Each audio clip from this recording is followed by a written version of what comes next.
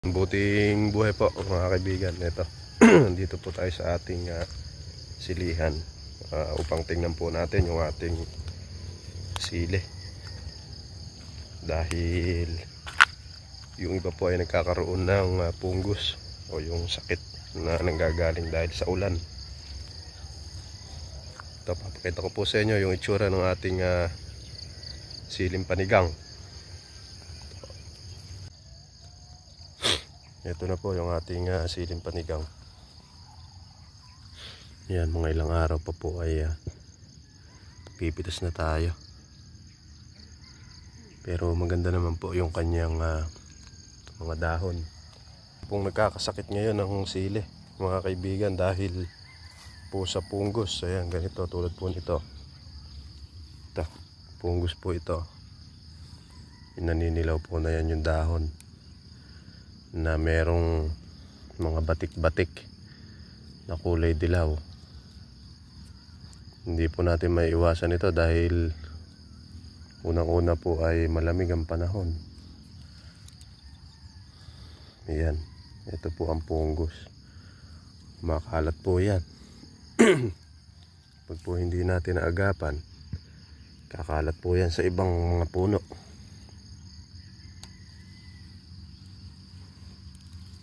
Yan, lulubog po natin sa lupa para hindi na siya masyadong kumalat. Dahil po niyang bunga. Yan po mga kaibigan. Ang presyo po ng panigang ngayon ay nasa 180 po ang isang kilo. Yan. Kaya po nakakahinayang pagka yung ating pong halaman ay nasira lang ng pungus.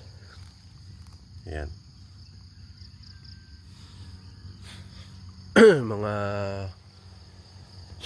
ilang araw pa po ito. Makakapitas na po tayo rito ng pailan-ilan. Maganda naman po itsura nito. Halos 90% naman po yung maganda itsura. Nasa 10% lang itong may mga pungus na ito.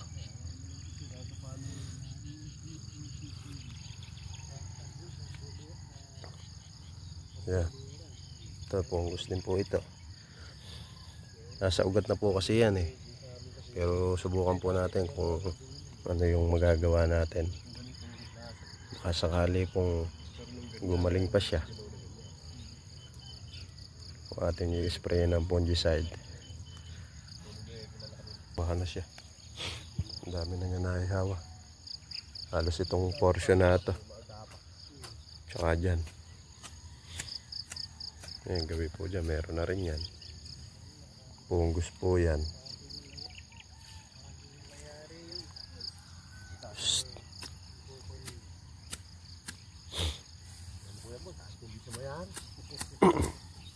Kaganyang kamahal eh. Oh. Kailangan puno-puno na lang ginaganyo mo.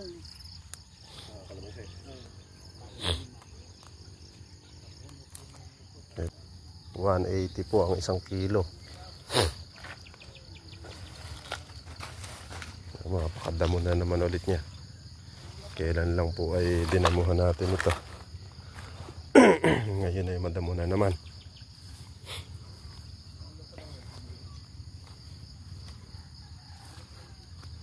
Bilis pong kumalat ng pungus mga kaibigan, no? Ayan, no? Pungus po ito.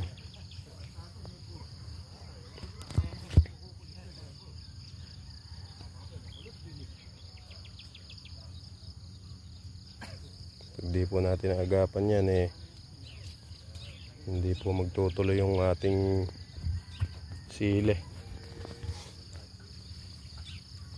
Mapapatay lang po ng mapapatay ng pungus na yan. Tatanda po ng tatanda yung kanyang puno. Kaya kailangan po ito ay kaya nga doble effort. mas malakas pong magdala pala ng punggos yung pong ano, yung paglamig-lamig na ganyan. Ito, yan po yung nagiging itsura niya. Okay lang, spray na po tayo dito ng fungicide. Halos pang-apat. Nakapang-apat na pasok na po tayo. Pero ganito pa rin nagiging itsura niya. Kaya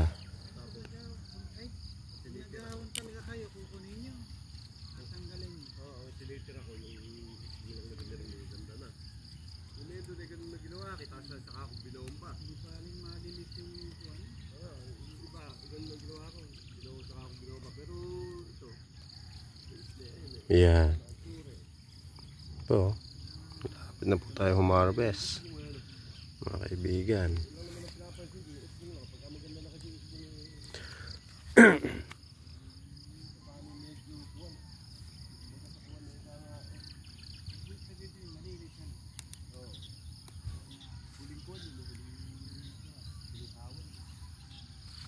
Tatanggalin natin yung mga usbong na tawag po nila rito na marako daw yung usbong. Pero hindi po namin alam nga ang dahilan kung bakit. Pero parang naniniwala po ako na ang dahilan nito dahil sa paglamig-lamig ng panahon. Bigan, hanggang dito na lang po yung ating vlog. At lagi po natin tatandaan na ang tao mapagtanong, tayo po ang marunong. Salamat po at ingat po tayong lahat.